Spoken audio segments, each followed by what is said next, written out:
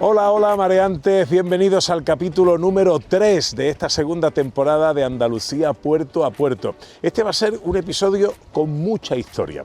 Arrancamos de aquí, del puerto Marinas del Odiel, en Huelva, capital, y nuestro destino será Chipiona. Pero antes pararemos en el puerto de Mazagón, haremos una escala para visitar el muelle de las Carabelas, que recrea cómo era el puerto de Palos cuando la Niña, la Pinta y la Santa María partieron rumbo a las Américas. Ya allí, en el entorno de la Rábida, visitaremos el Jardín Botánico de Celestino Mutis y visitaremos también el puerto histórico de Palos. Ya inmediatamente después zarparemos al puerto de Chipiona, justo al lado de la desembocadura del Guadalquivir. Como digo, un episodio, un capítulo con mucha historia y al que espero que me acompañéis. Bienvenidos.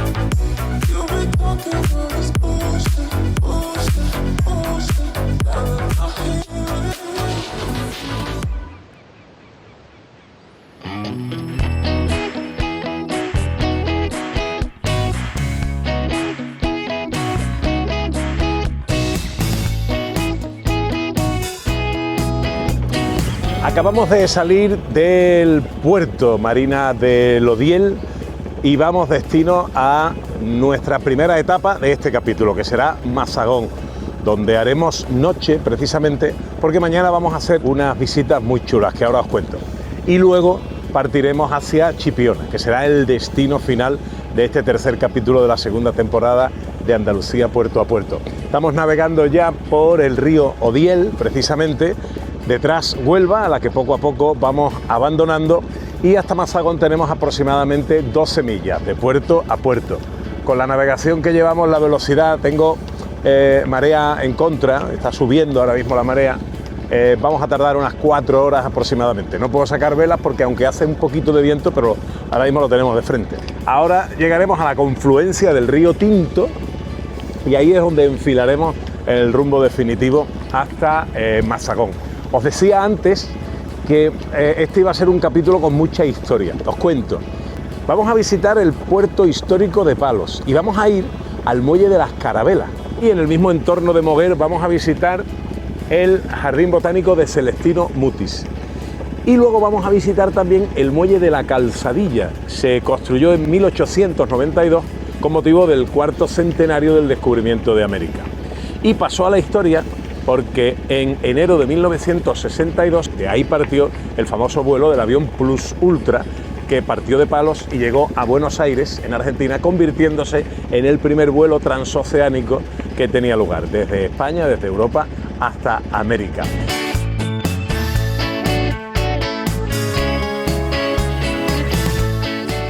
La historia de Huelva está inexorable y estrechamente relacionada con el sector naval, con la construcción de barcos.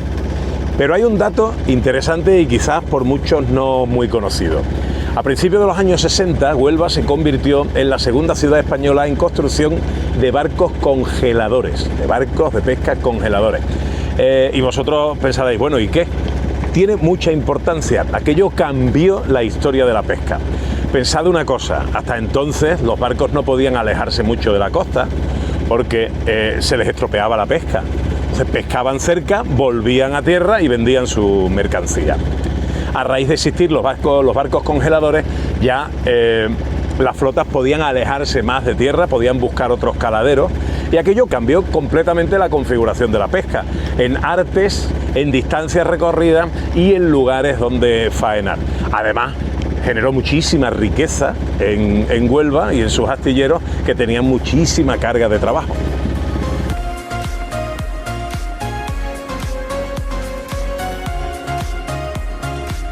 Ahí detrás vemos el monumento a Colón, que es una de las señas de identidad más conocidas de esta ciudad de Huelva. Se encuentra en la punta del Sebo, a unos 4 kilómetros del centro de la ciudad y en la confluencia de los ríos Tinto y Odiel. Tiene unos 37 metros de altura y es de 1929. Según su autora, representa la figura de un navegante que mira hacia el oeste, donde se supone que debió mirar Colón presintiendo América.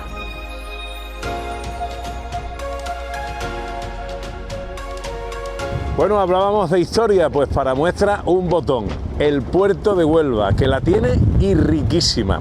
Su origen se remonta a la época de los tartesos, durante la que fue un importante puerto de intercambio de metales preciosos. Posteriormente fue también un puerto importante de intercambio en la época romana y la minería jugó un papel crucial en su desarrollo.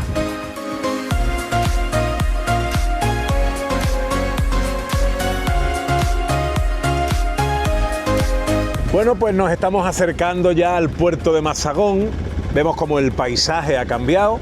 Hemos dejado atrás el puerto, los barcos, los cargueros, las grúas, y ahora lo que vemos es playa. Playa y urbanización. Las famosas playas de Mazagón. Esta la playa de la Ría de Mazagón. Y estaremos a nada, menos de una milla, media milla aproximadamente. Estamos ya entrando en el puerto de Mazagón, primera etapa de nuestro capítulo de hoy.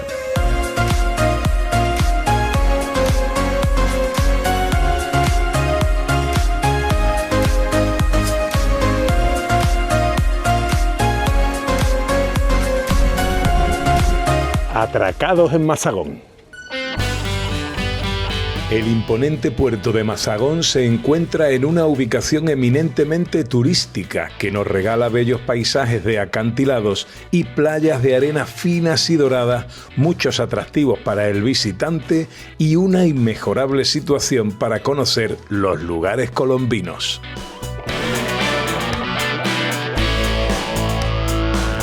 Este es Washington Irving, que en el verano de 1828 conoció esta zona de la Rábida y los lugares colombinos y se enamoró. Hoy, unos años después, soy yo el que se enamora.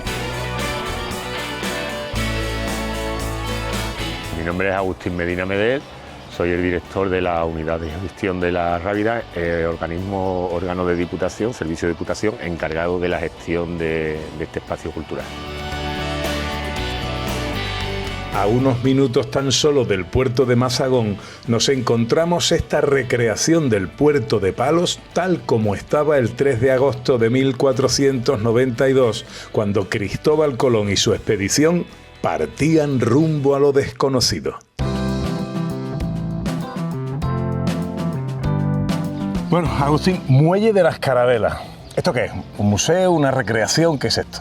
Bueno, esto es un centro de interpretación donde a través de estas réplicas de los barcos que hicieron el primer viaje colombino, pues explicamos y enseñamos y contamos cómo fue la historia desde nuestro punto de vista. Así que eso es un poco nuestra razón de ser de este Muelle de las Carabelas. Y a la larga el propósito es contar y enseñar el valor que tuvo Palos de la Frontera a Huelva en ese primer viaje colombino, en ese viaje del descubrimiento, del encuentro entre los dos mundos. Esto es como una inmersión en la historia. Totalmente. La réplica de las carabelas son fidedignas, son el tamaño que era. ¿Así eran las 3 carabelas? Más o menos 1 metro, muy aproximado. Las 2 carabelas y la nao Santa María. La primera réplica se construyeron en 1892 y para eso se utilizó los escritos, la cartografía que hay en los archivos. Ajá. Sobre el contenido que tienen. A partir de lo que contienen, redactan y hacen la volumetría y a partir de ahí construyen las primeras carabelas. No había planos anteriores de estas carabelas. Los carpinteros de Ribera construían las carabelas, maquetas, las ampliaban, hacían los dibujos y a partir de ahí demostraban y hacían un poco la construcción naval, que Palos en ese momento, 3 kilómetros más arriba, era un centro muy importantísimo de construcción naval. Porque aquí no era, el puerto del que salió el Colón, no era este sitio exacto. Esto es una réplica que está a los pies del monasterio de Santa María de la Rábida y el puerto arqueológico, que está ahora mismo en pleno estudio, está a 3 kilómetros escasos de aquí, río arriba, río Tinto arriba. El histórico. El histórico, el puerto histórico. que también vamos a visitar, también lo vamos a ver ahora. Merece mucho la pena conocerlo. Esto forma parte de un conjunto, está el Jardín Botánico Celestino Mutis, está el Monasterio de la Rábida. ¿Cómo organizáis esto para el visitante? ¿Hay visitas guiadas? ¿Cómo se ve esto? La organización para el visitante, o bien de forma autónoma o bien dirigido desde los diferentes centros, le facilitamos mapas y le facilitamos la orientación y le señalamos los ítems que pueden visitar. Luego ya en cada espacio pues realizan una visita concreta. En el Celestino Mutis, plantas y vegetación; en el monasterio, el epicentro del descubrimiento; y en el Muelle de las Carabelas, pues un poco ese primer viaje colombino. ¿Qué es lo que le llama más al visitante la atención cuando viene aquí al Muelle de las Carabelas? Pues el visitante, cuando llega aquí al Muelle de las Carabelas, tiene un momento emocional. Cuando entra por esa puerta que tenemos ahí y ver lo que está aquí, hace ¡oh! Y da igual lo que tú le estés contando, que lo primero que hacen es sacar el móvil, venirse a hacerse una foto o hacerse un selfie. Es un viaje emocional, como bien decías, es un viaje, es una introspección temporal hacia el siglo XV, y se siente cuando se ven estos barcos. Y cuando suben arriba, escuchan muchísimas veces ¡tierra! Y tú dices, bueno, no, es un señor, están emocionados. Es lo que más les atrae, es lo que más les llama la atención. Y después la frase cuando estás contando la vida a bordo, cómo vivían, cuando estás contando, o cuando nuestro equipo de atención al público está guiando esa visita, la pregunta es ¿cómo pudieron navegar aquí tantos días? ¿Y cómo esa es la gran pregunta. Aquí? Esa es la gran pregunta. Cuando subes a los barcos, cuando miras ahí, dices, aquí pasaron 3 meses. Qué barbaridad, ¿no? Qué tremendo. Por último, el enclave, ¿dónde estamos? Como nosotros estamos en el término municipal de Palo, a 3 kilómetros de Palo, a 8 kilómetros de Huelva, y como te decía, a los pies del monasterio Santa María de la Rábida, en el paraje natural La Rábida y el complejo cultural La Rábida. Lo que tenemos ahí detrás es el Tinto o el Odiel. El Tinto. El Tinto. Este es el Tinto. Huelva es atravesada de norte a sur por 2 ríos, por el este viene el Tinto y por el oeste va el Odiel. El Odiel. Se juntan aquí y esta es la ría de Huelva y este es el río Tinto, el famoso río Tinto. Perfecto. Bueno, pues Agustín, un placer. Gracias por atenderme y nada, y que siga la historia y el amor por la historia. Gracias a ti por estar aquí y seguimos. Claro que sí.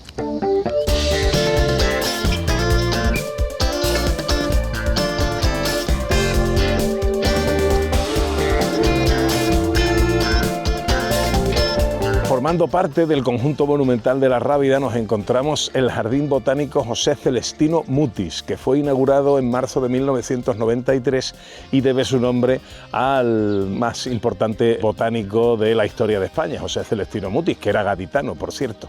Ahora se ha puesto de moda eso que llaman el slow tourism, el turismo lento, turismo sin prisa, para disfrutar, para gozar. Bueno, pues aquí tenéis 12 hectáreas de riqueza botánica, con más de 700 especies de España e Iberoamérica, todas perfectamente señalizadas, con su cartelería, código QR, con todas sus explicaciones. El paseo es libre y lo podéis dar como mejor os apetezca. Incluye además un invernadero de más de 500 metros cuadrados, que es un verdadero jardín tropical. Como digo, una joya botánica de una riqueza incomparable y que no os debéis perder en vuestra visita a los lugares colombinos.